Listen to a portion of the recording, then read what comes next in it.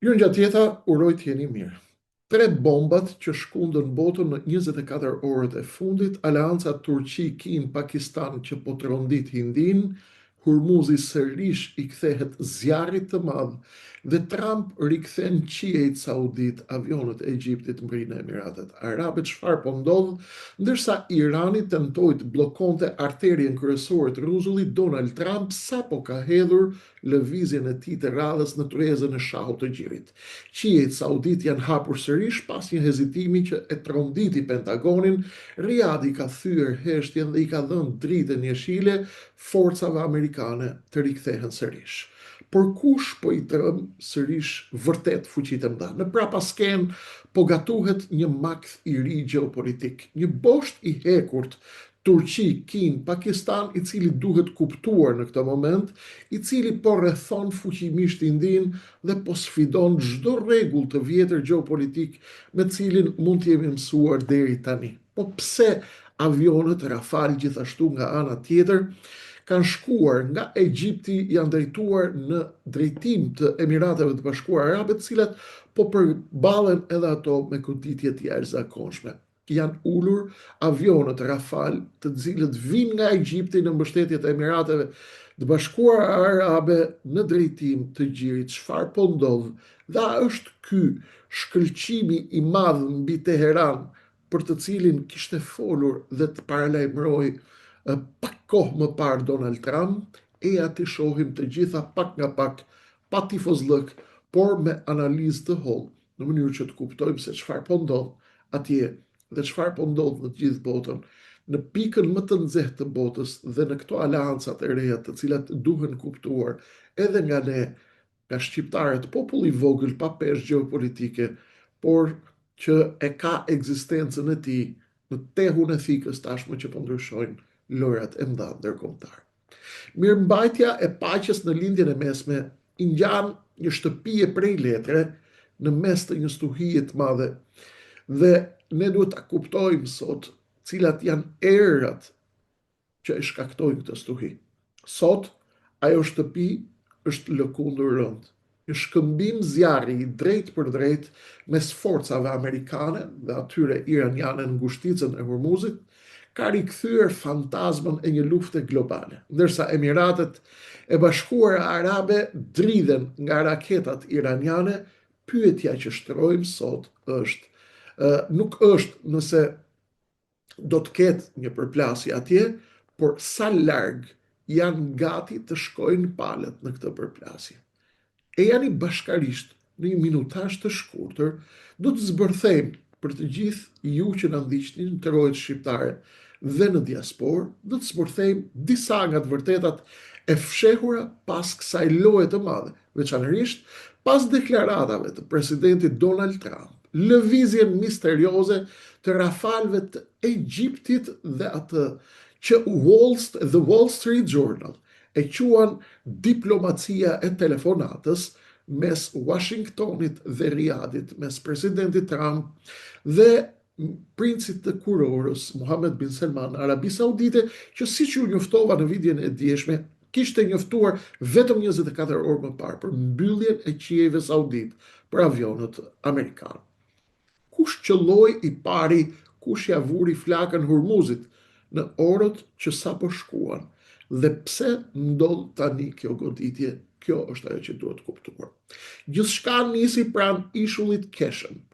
3 destroyer amerikan, USS Roxton, USS Peralta dhe USS Mason.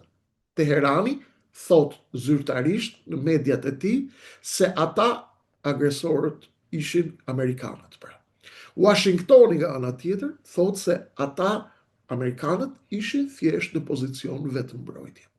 Sipas International Institute for Strategic Studies, IISS, ky incident nuk ishte as pak rastësor. Incidenti që i vuri zjarrin Hormuzit mbrëm nuk ishte rastësor. Ndodhi eksaktësisht kur Shtetet e Bashkuara të Amerikës nisën operacionin e eskortimit të anijeve tregtare që tentonin të linin ngushticën e Hormuzit. Irani është duke testuar vijat e kuqe amerikane dhe amerikanët po nisin të testojnë kapacitetin dhe durimin e Iranit derisa mund të mbajë. Goditja ndodhi sipas tyre sepse Irani kërkon të provojë se ngushtica e Hormuzit është oborri i tyre i padiskutueshëm, ku nuk kalon as miza pa miratimin e tyre. Për herë të parë, kemi një pretendim për goditje të zonave civile në rajonin Keshëm, një lëvizje taktike e Teheranit zyrtar për të fituar mbështetjen e opinionit publik rajonal, duke e portretizuar SBA-n si një agresore ndaj sovranitetit të Iranit. Pyetja që blind këtu është, a mundet realisht Irani edhe me mbështetjen e teknologjisë kineze që ta sfidojë teknologjinë amerikane, apo dhe me mbështetjen e teknologjive të vendeve të tjera? Trump e quajti një goditje të lehtë operacionin, por pyetja që nuk mund ta shmangim është, a ishte vërtet kjo një goditje e lehtë apo jo? Burimet konfidenciale nga Jane's Defense sugjerojnë se Irani përdori një kombinim të dronëve vetvrasës dhe raketave antianije, raketat Nur. Edhe pse destrojerët shkatëruesit amerikan i interceptuan ato përmes sistemeve Aegis, mesazhi u dha i qartë. Kapaciteti real i Iranit nuk është fundosja e flotës amerikane, pavarësisht propagandës që bëhet poshtë e përpjet. Ata e dinë që kjo është e pamundur. Strategjia e Iranit është lullëzimi i 1000 prerjeve, synojnë të rrisin koston e siguracionit detar dhe të bëjnë pranin amerikane në rajon politikisht të paqëndrueshme. Ky është qëllimi i Iranit. Kur presidenti Trump flet për shkëlqimin e madh mbi Iran, ai i referohet fuqisë asimetrike. Shtetet e Bashkuara të Amerikës mund të shkatërrojnë Iranin, por Irani mund të bëjë diçka tjetër që e ka treguar deri tani. Mund t'i vërë flakën ekonomisë botërore. Dhe këtu kthehemi tek zhvillimi tjetër i rëndësishëm që ndryshoi një ekuilibër të madh në rajon. Telefonata e presidentit Trump me Mohammed bin Salman, princin e kurorës Arabisë Saudite, dhe misteri i qijeve të mbyllur që u njoftua një ditë më parë. Përse Arabia Saudite e bllokoi fillimisht 24 orë më parë Amerikën dhe tani i rihapi qiejt sërish. Një prapasken që i tronditi pak a shumë marrëdhëniet mes SBA-s, qoftë dhe përkohësisht dhe Arabisë Saudite, ishte se Arabia dhe Saudite dhe Kuwaiti fillimisht i bllokuan në hapësirat e tyre ajrore për operacionet amerikane vetëm një ditë më parë. Një thik pas shpine u konsiderua në Washington dhe në Pentagon nga aleatët e vjetër të gjirit. The Wall Street Journal raporton se kjo ishte një revolt e heshtur e Riyadit dhe e Kuwaitit, Arabisë Saudite dhe Kuwaitit. Riyadi ka frikë, ata nuk duan të jenë tabela e qitjes për raketat iraniane, nëse Washingtoni vendos të tërhiqet sërish. Nesër Amerika tërhiqet dhe këta bëhen tabel qitje. Megjithatë, pas një bisede telefonike mes Trump dhe princit kurorës Mohammed bin Salman, qiejt saudit hapen për avionët amerikan. Analistët e Brookings Institutions thonë se presidenti Donald Trump ka ofruar garanci të reja sigurie ose ndoshta një marrëveshje për çmimin e naftës. Ky ndryshim qëndrimi tregon se monarkitë e gjirit janë të varura nga mbrojtja amerikane deri një pikë të madhe, pavarësisht se kanë dëshirë që të bëjnë një shkëputje graduale dhe një autonomi graduale. Tash më shohim si mbrin rafalet e Egjiptit dhe Emiratet e Bashkuara Arabe. Ç'ne Egjipti të çojë avionët e tij në Emirate dhe Emiratet janë pika që po merr goditjet më të mëdha.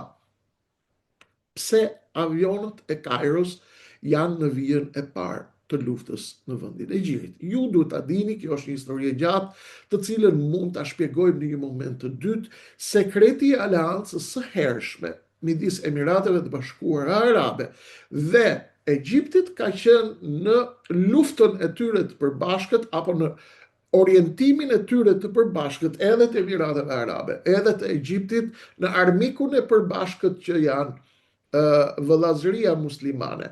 Vëllazëria muslimane sulmohet edhe nga Egjipti, edhe nga Emiratet e Bashkuara Arabe, ndërsa Arabia Saudite ka treguar pak më fleksibilitet në kohët e fundit, bashkë me Turqinë që ka qenë mbështetëse e tyre me aleancën e saj me Katarin. Për këtë arsye, Egjipti e shikon se në këtë moment duhet të bëhet pjesë e lojës sepse ka hallin e rreziqeve të veta edhe Egjipti nga ana tjetër. Në bazat ajrore të Emirateve Bashkuara Arabe, kjo ka nevojë për shpjegim të gjatë, por unë jo thash në pikat të përgjithshme çfarë bashkon Emiratet e Bashkuara Arabe me Egjiptin, me Abdul Fattah Sisin, i cili edhe pse është në aleancë me Emiratet, edhe pse po afrohet me Turqinë që është mbështetësi e vëllazërisë muslimane, po luajnë të gjithë me të gjithë. Avionët Rafale francez me flamurin egjiptian janë parë në qiejt e Emirateve. Dhe pse Egjipti, pyetje e thjesht, është duke shkuar në Gjinë në këtë moment për të rrezikuar. Ky quhet aksi i stabilitetit. Egjipti e shikon stabilitetin e Gjirit si të lidhur drejt për së drejti me kanalin e Suezit.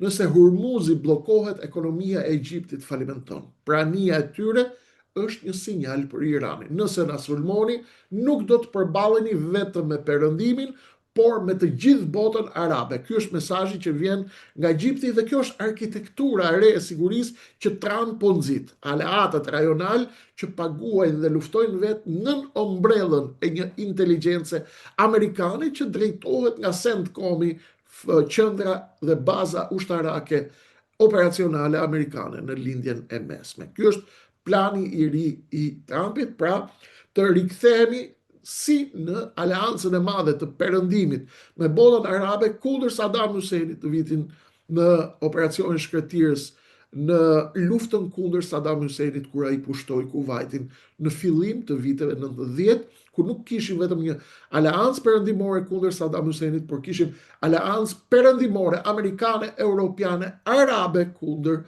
Saddam Huseinit dhe ishte aso kohë konflikti i famshëm kur Saddam Husseini çoi raketat Scud për mbi Haifa dhe mbi Tel Aviv dhe ku perëndimi dhe amerikanët e ndaluan Izraelin që të kthej përgjigje ndaj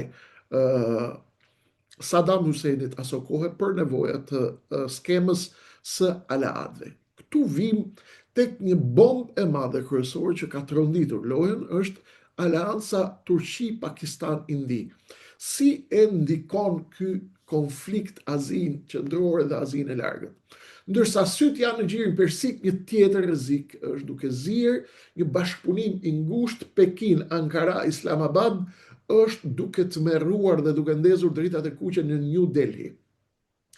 India e sheh Iranin si një port drejt Azisë qendrore. Çdo destabilizim i Iranit i jep avantazh Pakistanit dhe Kinës. Pakistani, i mbështetur nga parat kineze dhe nga teknologjia ushtarake turke, veçanërisht dronët Bayraktar, po krijojnë një blok që sfidon hapur hegemoninë indiane në rajon.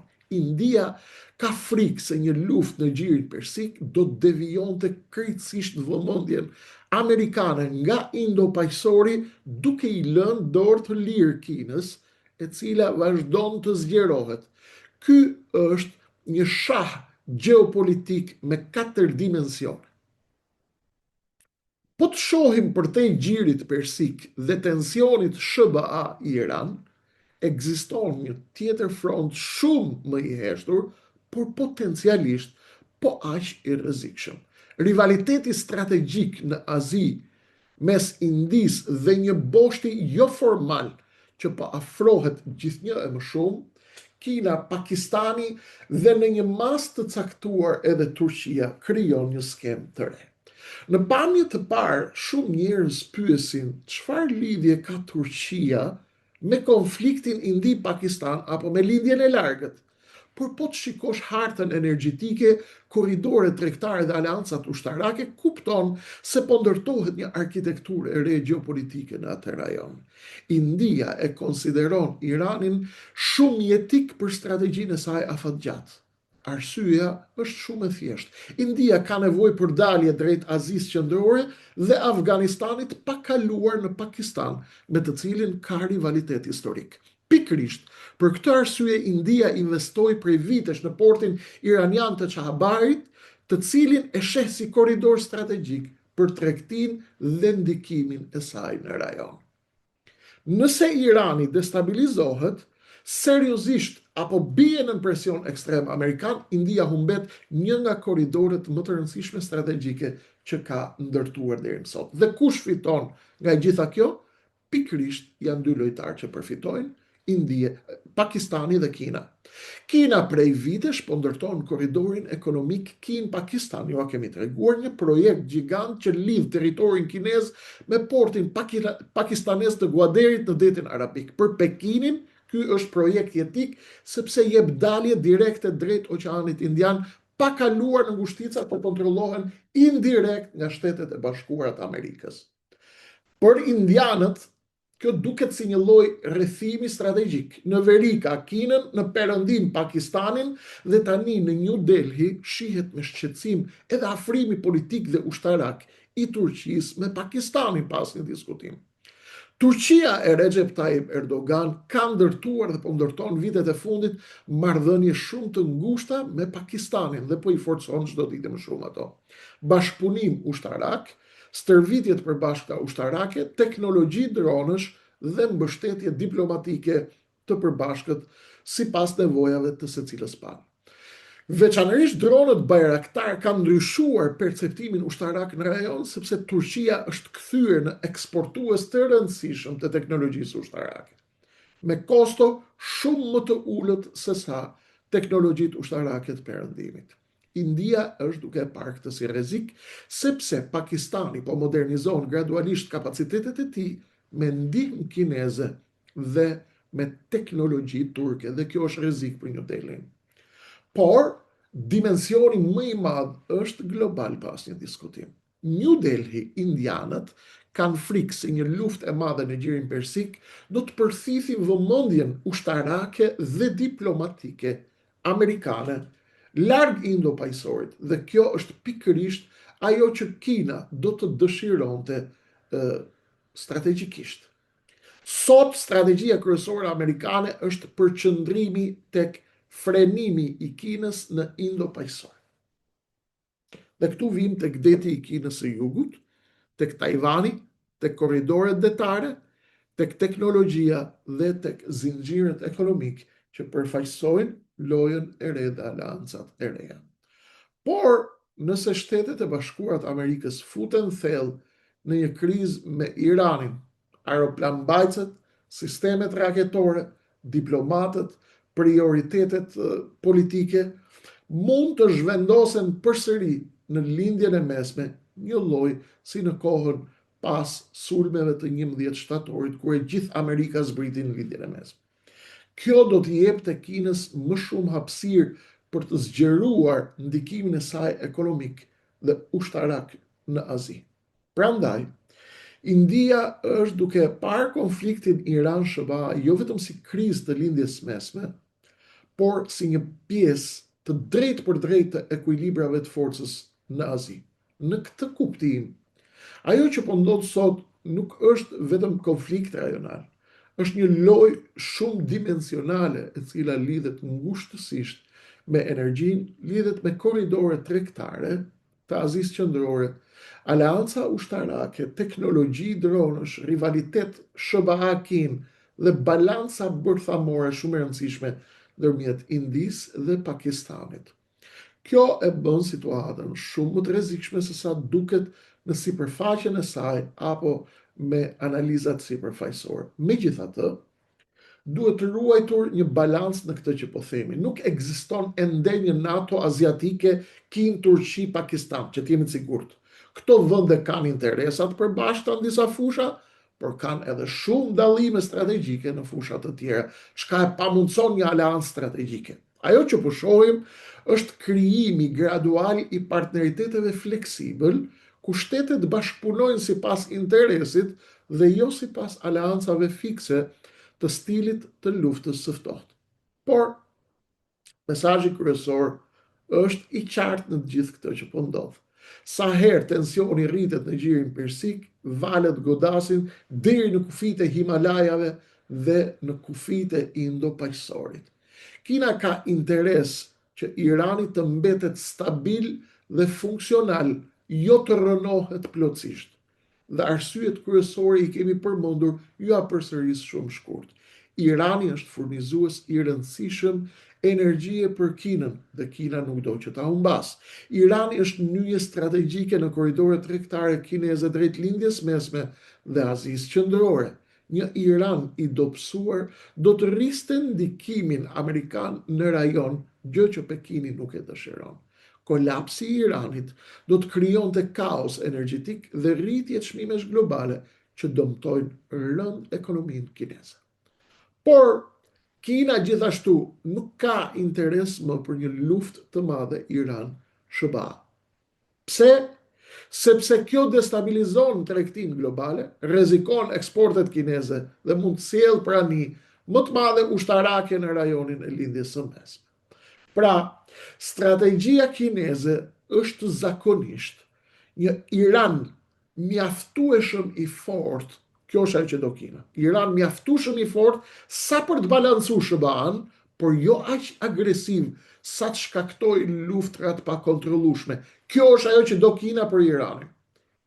Dhe duhet ta shpjegojmë patjetër gjithashtu një pikë të rëndësishme, nëse Irani dobësohet apo izolohet, India gjithashtu humbet aksin strategjik përmes Iranit drejt Azisë qendrore. Ndërkohë, korridori Kin-Pakistan bëhet relativisht më i rëndësishëm dhe kjo duhet kuptuar mirë sepse është shumë e rëndësishme. Pra, Kina dhe Pakistani mund të përfitojnë relativisht nga dobësimi i pozicionit strategjik të Indisë në Iran.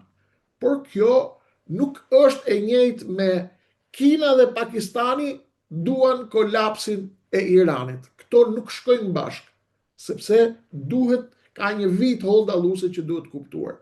Sepse në fakt Kina ka interes të fortë për stabilitetin e Iranit.